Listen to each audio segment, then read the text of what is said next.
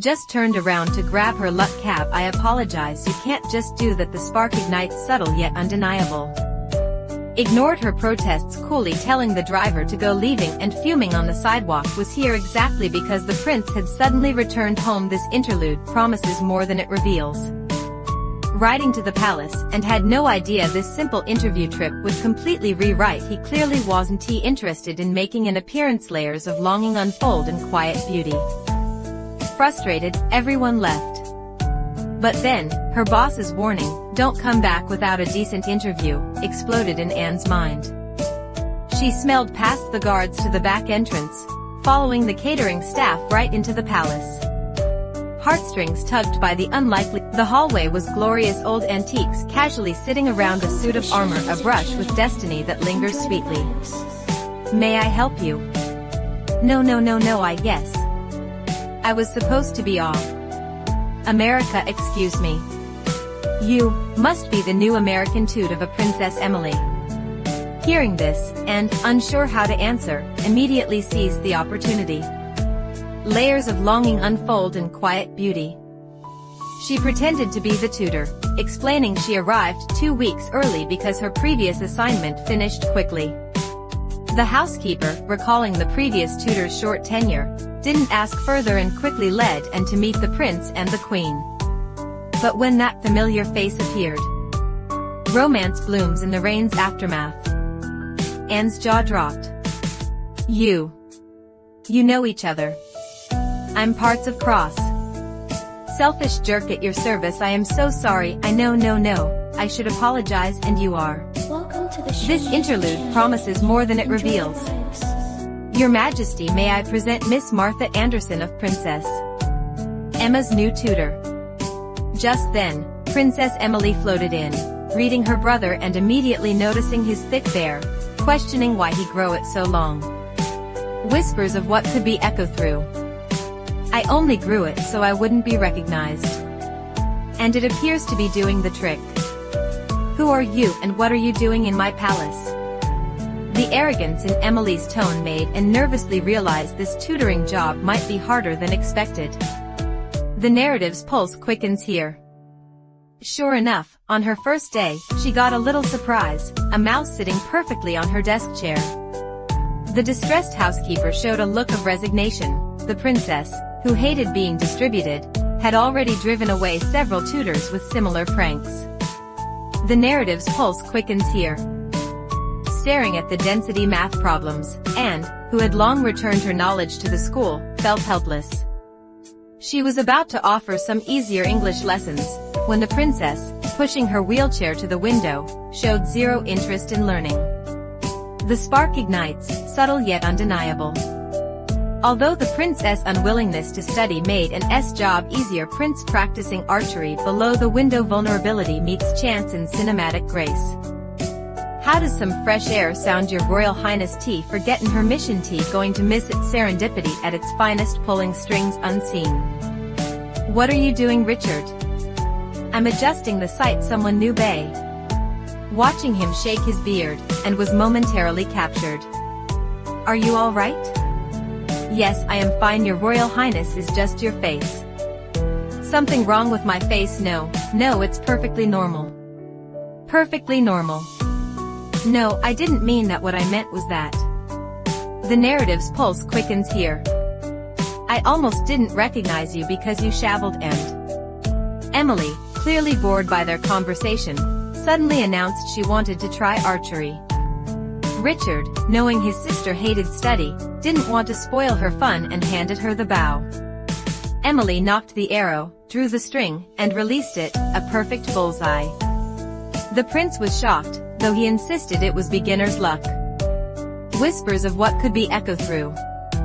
To save face he insisted and tried too, hoping to win this round, questioning if this was appropriate. A brush with destiny that lingers sweetly. Bullseye. Let's go, yeah. This interlude softened Emily's hostility towards Anne considerably. While Anne was desperately cramming math, Emily showed up and invited her to a small royal gathering at the palace. A brush with destiny that lingers sweetly. Knowing the prince would be there, and naturally accepted. As soon as she entered, Her eyes darted around the hall, occasionally snapping secret photos of the prince. And didn't realize that from the moment she stepped in, she had already caught the attention of some people, specifically Emily's cousin, the second in line to the throne. This interlude promises more than it reveals. Did the queen invite one of the chambermaids even after learning an identity from Emily? His tone still held the innate irrelevance of a royal member's, compensating through as the issue's timely appears and thinly veiled sarcasm drew the lord's attention away from and heartstrings tugged by. This small gesture instantly raised Anne's opinion of him. Although his rudeness in stealing her cab, he had apologized when they first met in the palace, showing his inherent modesty, and meticulously recorded everything she saw in the palace on her laptop. Since Emily hated studying, and wasn't worried about being exposed due to her lack of academic knowledge, layers of longing unfold in quiet beauty. She only needed to stay for 2 weeks, gather more information about the prince, and her undercover mission would be complete. Just as she was mentally high tea. Start your lesson by 9. Not nearly as much trouble as if I told them your real name. Vulnerability meets chance in. Turns out the smart Emily already suspected and lacked the teaching expertise. Driven by curiosity, she secretly checked, and her writings must reflect genuine experiences and feelings, a brush with destiny that lingers sweetly. To help and gather information, Emily, after baking cookies, took her to an orphanage. From afar, they could hear children's laughter. To Anne's surprise, the prince was right there, playing happily with the kids. As if reading her mind, Emily explained that her brother dedicated time every month to prepare supplies and gifts for the children, even calling in orders when he wasn't in the palace. Romance blooms in the rain's aftermath. Despite their limited interaction, and felt an indescribable fondness for him after this revelation, the seeds of a snowy field giving her the exciting experience of sledding, whispers of what could be echoed through. Emily, who had lived in the palace since birth and was constantly shielded, rarely got permission to leave, let alone experience such thrills. Anne's gesture was the key that unlocked Emily's defenses towards outsiders. Just as the two were having a blast, the prince, riding past, spotted them. Serendipity at its finest, pulling strings unseen. Princess, you are so done. Hey, no fraternizing with the enemy. He joined the fun, and laughter filled the air. While running, the prince accidentally tripped and fell, landing right on top of Anne. This playful scene was noticed by the lord and a neighboring princess, who were heading to the palace. Layers of longing unfold in quiet beauty. The princess, who secretly liked Richard, was instantly jealous. The seed of hatred for Anne was planted right then. Upon arriving at the palace, she immediately went to the queen, exaggerating the scene and claiming it damaged the royal dignity. Aren't you all a sight? Miss Anderson. One of the groundskeepers told me he saw you and Emily. Honor to Bogan. Is this true? They were just having a bit of fun. Another? The prince tried to take full responsibility, but the queen interrupted him, sternly rebuking and while ignoring Richard. A brush with destiny that lingers sweetly. But the queen's anger quickly softened. That said, my late husband was a great believer in fresh air and exercise. And I haven't seen a real smile on my daughter's face in over a year. So if you wish to continue in our employ, Miss Anderson, I suggest you ask permission in future. And was eventually spared, as no parent wants their child to grow up without joy.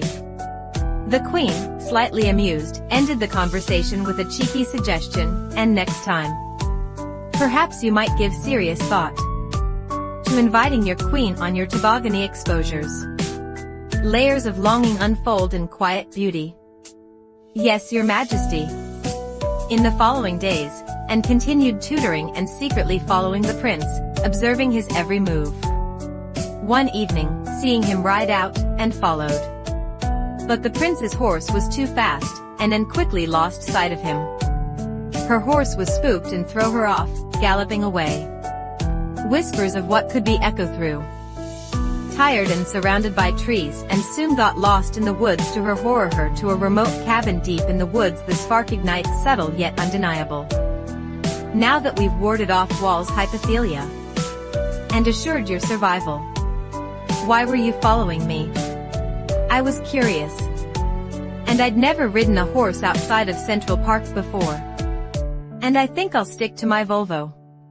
After a brief explanation, and asked about the cabin. The prince admitted it was his late father's hunting lodge, holding many cherished memories. As the atmosphere grew heavy, and seized the chance to ask why he refused to take the throne and fled the country for years. Serendipity at its finest, pulling strings unseen. The prince hesitated. Some secrets are too painful to share. Prince went out to check romance blooms in the rain. Alone in the cabin, and flipped through the books, hoping to find a clue. She accidentally knocked over a book, and bending down to pick it up, she found a hidden mechanism under the table. Twisting it, a secret compartment popped open. And didn't look immediately, waiting until she was back in her room to examine it closely. Romance blooms in the rain's aftermath. A secret that would shock everyone was revealed. The compartment held adoption papers. Richard was not the king's biological son.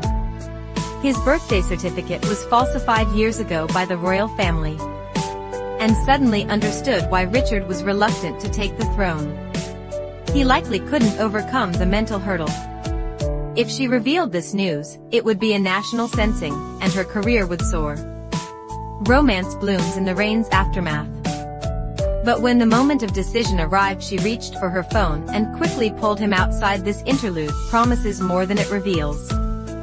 The lord and the neighboring princess, already suspicious of N's true motives, broke into her room. They intended only to where he would officially be announced as the new king of the country. Emotions brew beneath the surface calm. I'll feel a lot less nervous to have you there.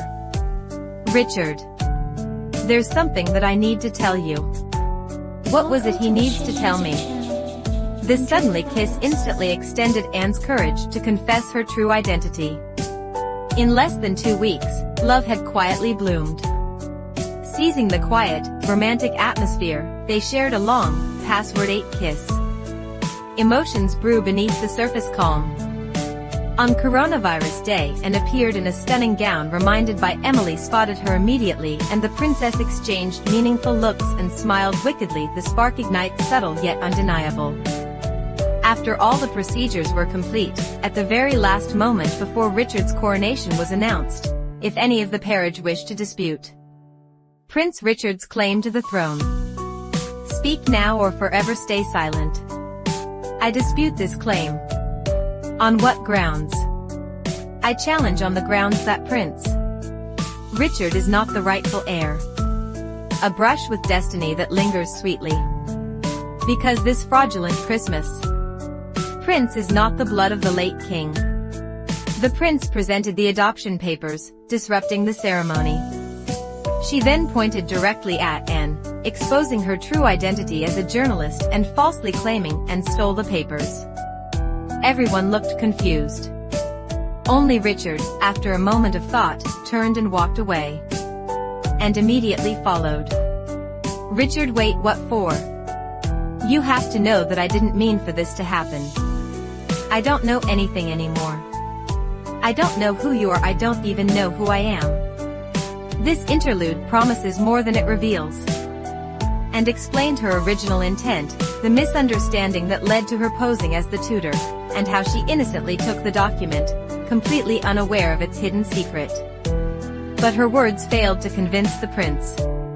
Richard, remembering their bond, didn't punish her and allowed Anne to leave. With the first heir disqualified and Emily being a girl, the throne naturally passed to the lord. The spark ignites, subtle yet undeniable. And arrived at the airport, she called her dad, tearfully remembering everything. The burst, and I was worried about hurting. They just got crushed. Probably not. A thought struck. And wait a second, what did you say? A learning experience. No, the other part. Failure plants the seed. And pulled out her notebook, reading a quote copied from the envelope that contained the adoption papers.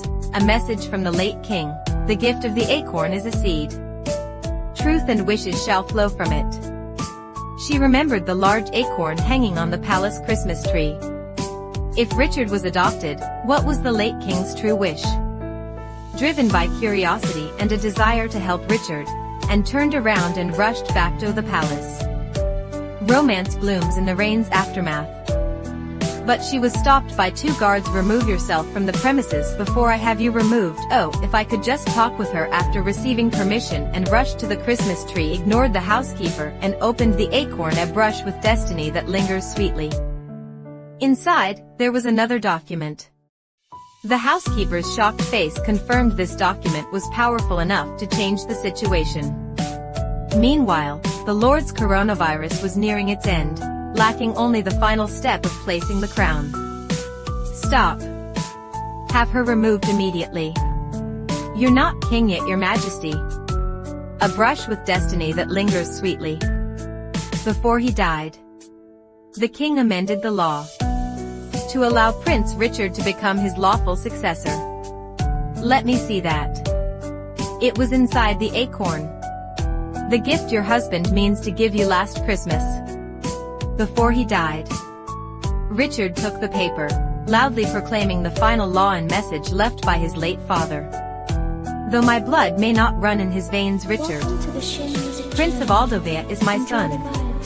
And while this order gives him legally right to my throne, it is by his own attributes, his spirit, his sensitivity, intelligence, and heart that he earns this honor. Whispers of what could be echo through. The official seal on the document confirmed its immediate effect. The title of king remained Richard's. As Richard accepted the crown, and quietly slipped away, unable to shake her guilt. Back home, and showed her records to her boss, who dismissed them as lacking drama. And finally realized how wise she was not to leak the adoption news. Disgusted by her boss, she resigned and started helping her father at his restaurant. Vulnerability meets chance in cinematic grace. While clearing tables, she saw an unbelievable sight through the window. The king of Aldovia was here. What are you? So do I miss you too. Palace is a long place for a king. Heartstrings tugged by the unlikeliest paths. Without a queen. Seeing the diamond ring, and panicked. But my whole life is in New York. You can come back as much as you want, but my career. I'm not ready. I don't want to make you give up anything. Emperor. I could never leave my father. I could give him his own wing, or the palace. Or I could buy him his own dining in Aldovia. Or we could just pick this one up and move it. With the lovers finally uniting, the movie ends. Whispers of what could be echo through.